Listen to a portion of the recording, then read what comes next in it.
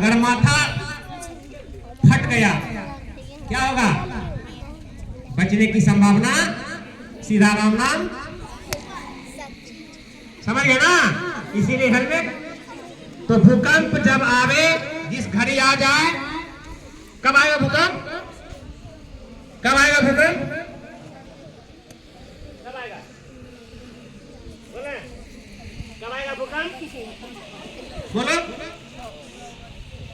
किसी पता है कब आएगा भूकंप? नहीं पता है। भूकंप का जानकारी किसी को नहीं है। भूकंप की जानकारी किसी के पास नहीं है। भूकंप कभी कह करके नहीं आता, इसकी भविष्यवाणी नहीं है। कोई पूछे कि भूकंप 1934 में मुंगेर में आया, फिर उसके बाद एक भूकंप 1988 में भी आया। 21 अगस्त 1988 को भी एक भूकंप आया। हम लोग संजोग से बाहर रहते पढ़ते थे और घर आए हुए थे, और सुबह सुबह सोए हुए थे। गर्मी का दिन था और जगह सुबह सुबह, यानी लगभग हमको लगता है 5:30 या 5 के आसपास भूकंप आया था। 21 अगस्त 1988। वो भी भूकंप भयानक भूकंप था। उतना नहीं था लेकिन ज्यादा ही भूकंप था। तो कहने का मतलब भूकंप कब आएगा इसकी जानकारी किसी के पास नहीं रहती है। विज्ञान इसको आज तक खोज नहीं पाया भूकंप कब आएगा। वर्षा कब आने वाली है, ठंड कब तक रहेगी, इसकी भविष्यवाणी है ना, नहीं रहती तो तुम लोग को 13 तक छुट्टी रहता। भविष्यवाणी हो गई ना सप्ताह पहले कि ठंड इतना दिन तक रहने वाला है, लेकिन भूकंप कब होने वाला है इसकी जानकारी किसी को नहीं होती है। तो हम जहां रहेंगे, घर में रहेंगे, विद्यालय में रहेंगे, हाट में रहेंगे, बाजार में रहेंगे, जहां भी जिस कंडीशन में रहेंगे, भूकंप कब आता है, किस समय आता है, इसकी जानकारी नहीं है। हो सकता है ट्रेन में हो, कहां हो, ट्रेन में हो, तो क्या करेंगे हम लोग? बाथरूम में तो दर्द हो जाएंगे।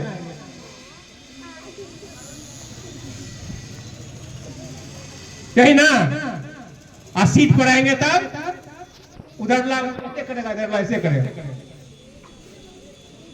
ट्रेन पटरी से बेपटरी भी हो सकती है, नहीं हो सकती है। ट्रेन तो पटरी पे जाती है जी, रेल पे जाती है ना।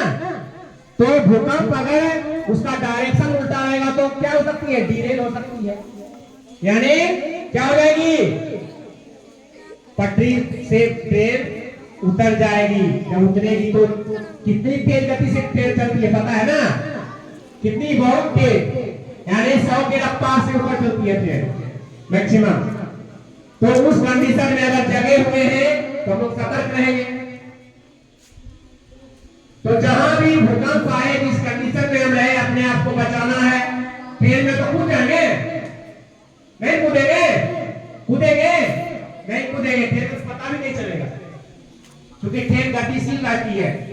जब ट्रेन गतिशील रहती है तो हम लोग क्या लाते हैं? हम लोग भी गतिशील रहते हैं ना। कभी लंबा सफर करने जब आइएगा ना, 2-3 घंटे जब गाड़ी में बैठ के आइएगा, जब उतरिएगा लगेगा कि चलिए रहे। क्यों? इसीलिए कि जब कोई गाड़ी गतिशील रहती है, उस पर जब बैठे हुए रहते हैं तो हम भी गति में रहते हैं, हम भी मोशन में रहते हैं। हम लोग स्थिर नहीं है, हम लोग भी गत्यावस्था में रहते हैं ना। तो ट्रेन में अगर भूकंप आए, गाड़ी में भूकंप आए तो कूद पाएंगे? कूदने का प्रयास भी नहीं करना है। आज 6, 7, 8, 9, 10 सैकड़ों यानी 100 ऊंचे प्लेट में लगा, वो क्या करेगा? कहां कदम हो जाएगा? उसको क्या करना होगा? क्या करेंगे वो? आपका मान है 2 महला पे है, भूकंप में क्या करेंगे? आग हो जाएंगे, ताव देखेंगे, ऊपर से कूदेंगे, कूदेंगे, गति करेंगे गति। खुले मैदान में वहां नहीं जाना है, नहीं तो सीधे कहां जाएंगे? ऊपर से कूदेंगे तो कहां जाएंगे? वहां ऊपर, ठीक है? कौन इधर से ऊपर देखते रहेगा, इसे कहां जा रहा है? पकड़, कूदना नहीं है उस कंडीशन में, कूदेंगे नहीं। अगर स्कूल के फर्स्ट फ्लोर में, ग्राउंड फ्लोर में कहीं भी है तो हम लोग क्या करेंगे, कोशिश करेंगे बाहर निकल जाए, बाहर निकल के मैदान में आ जाएंगे। वहां नहीं जाएंगे तो वो बिल्डिंग ऊंची है, वो गिर सकती है ना, तो इधर आएंगे। कहाँ इधर आ जाएंगे, जहां तक उसका एरिया देख लेंगे, वह गिरने से अगर हमें हानि पहुंचा सकता उसे दूर रहेंगे। लेकिन अमूमन शहर में ऐसा बात होता नहीं है। ऊंची ऊंची बिल्डिंग होते हैं, स्पेस हो रहता है नहीं, खेत रहता शहर में नहीं रहता है। और घर के कोने को पकड़ेंगे, घर के कोने में अपने आप को स्थित कर लेंगे। नेपाल में भूकंप आया था लगभग 20 वर्ष पहले, तो एक बच्चा कई दिन तक बचा रहा, घर का एक बच्चा। क्यों? वह उसी कोने में डूबा हुआ था।